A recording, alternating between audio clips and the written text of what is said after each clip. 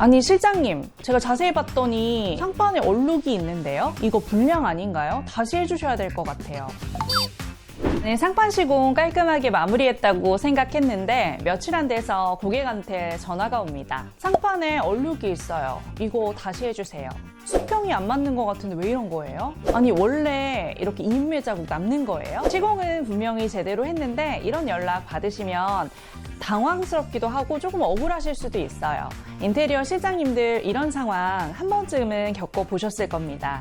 네, 오늘은 왜 상판, 하자, AS 이런 문의가 오는지, 이런 민원이 왜 생기는지, 그리고 어떻게 하면 이런 연락들을 사전에 막을 수 있는지를 말씀드릴게요. 끝까지 보시면 불필요한 AS 확실하게 줄이실 수 있습니다.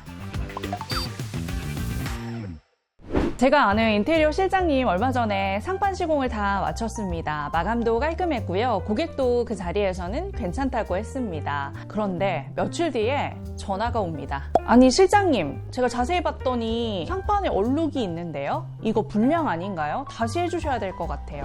아니 실장님 입장에서는 황당합니다. 시공 때는 분명히 문제가 없었거든요. 그런데 사실 이 얼룩 상판 자체에 있었던 경우가 많습니다. 자재를 받을 때 또는 가공 전에 이 표면 상태를 꼼꼼히 확인하지 않으면 시공 후에야 눈에 띄는 경우가 많습니다. 엔지니어 스톤 같은 경우에는 천연석에 칩이 들어가 있기 때문에 시공할 때는 완벽한데요. 시공 후에 밥을 먹다가 그 칩이 빠질 수도 있습니다. 이게 사실은 진짜 얼룩은 아닐 수도 있어요. 고객은 손바닥만한 샘플을 보고 자재를 선택했기 때문에 전체적으로 시공된 후에 이게 원래 자재의 패턴인데 얼룩처럼 보일 수도 있거든요.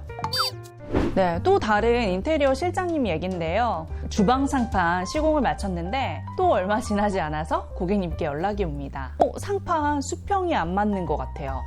저 한쪽이 약간 기울어진 느낌인데요? 이거 다시 봐주셔야 될 것 같은데요? 상판 수평 문제는 대부분 상판의 문제가 아니라요. 이 목대나 가구 공정에서 생긴 문제일 경우가 큽니다. 상판을 얻기 전에 이 하부장의 수평을 먼저 확인하고 필요하면 조정을 해야 하는데요. 이 단계를 건너뛰고 상판만 올리면 나중에 이런 문제가 생길 수밖에 없습니다. 경험이 없는 시공자일수록 이 확인 단계를 그냥 넘거나 아예 생략하는 경우가 많습니다.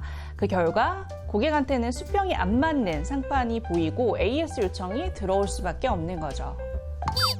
또 다른 우리 인테리어 실장님 왈, 상판 시공 마쳤는데 고객한테 이런 전화가 왔습니다. 여기 상판에 선 같은 게 보이는데요? 이거 잘린 자국 같은데 왜 이렇게 이음매가 보여요? 처음에는 이런 말 없으셨잖아요. 네, 이음매 문제였습니다. 사실 이 세라믹이나 엔지니어 스톤은 강도가 높기 때문에 상판이 길거나 기역자로 꺾어지거나 디귿자일 경우에는 다 재단해서 붙일 수밖에 없거든요. 근데 이거 시공하자 아닙니다. 구조적으로 필연적으로 생기는 부분인데 고객이 이걸 미리 알지 못했던 거죠. 시공 전에 세라믹과 엔지니어 스톤은 이거 문이 잘릴 수 있어요. 이음매 생기는데 어느 쪽으로 생기는 게 좋으세요? 라고 미리 물어봤어야 하거든요. 그렇다면 이런 연락은 오지 않습니다. 네, 이 세 가지 사례의 공통점이 뭔지 보이시나요? 시공 실력의 문제가 아닙니다. 자재 불량의 문제도 아닙니다. 시공 전에 확인을 하고 고객님께 꼭 설명을 해야 하는 당연한 문제들인데 이것을 놓쳤기 때문입니다. 네, 왜 이런 일이 자꾸 반복될 수밖에 없는지를 좀 짚어드릴게요. 가장 큰 이유는 상판 시공 전에 확인해야 할 당연한 것들인데 또 이걸 당연하다고 생각해서 설명을 안 하는 겁니다. 자재 표면 상태를 확인하거나 하부장의 수평을 점검하거나 이음매의 위치를 사전에 설명드리지 않았기 때문이죠. 자재별 특성, 주의사항 이런 것들을 시공 전에 꼼꼼히 살폈다면 대부분의 이런 AS 민원들은 발생하지 않습니다. 그리고 사실 고객님의 입장에서 보면 정말 손바닥만한 샘플 하나를 보고 자재를 결정합니다.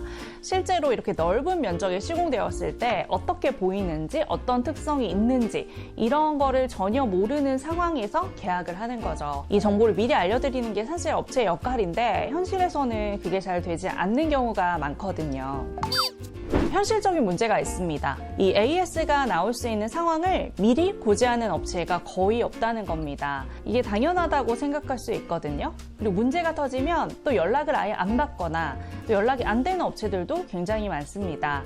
또 하나 비용을 아끼려고 이 자재 따로, 가공 따로, 시공 따라서 업체에 맡기는 경우도 많습니다. 그러다 보니까 정작 이 AS가 필요할 때는 누구에게 책임을 물어야 하는지조차 모르는 상황이 발생하게 되는 겁니다.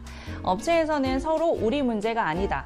자재업체는 나는 자재만 팔았다. 가공업체는 가공만 했다. 시공업체는 나 시공할 땐 이런 문제 없었다. 이렇게 서로 책임을 미루기만 하게 된다는 거죠. 그러다 보니까 이런 AS 문제들은 고스란히 인테리어 실장님들한테 올 수밖에 없습니다.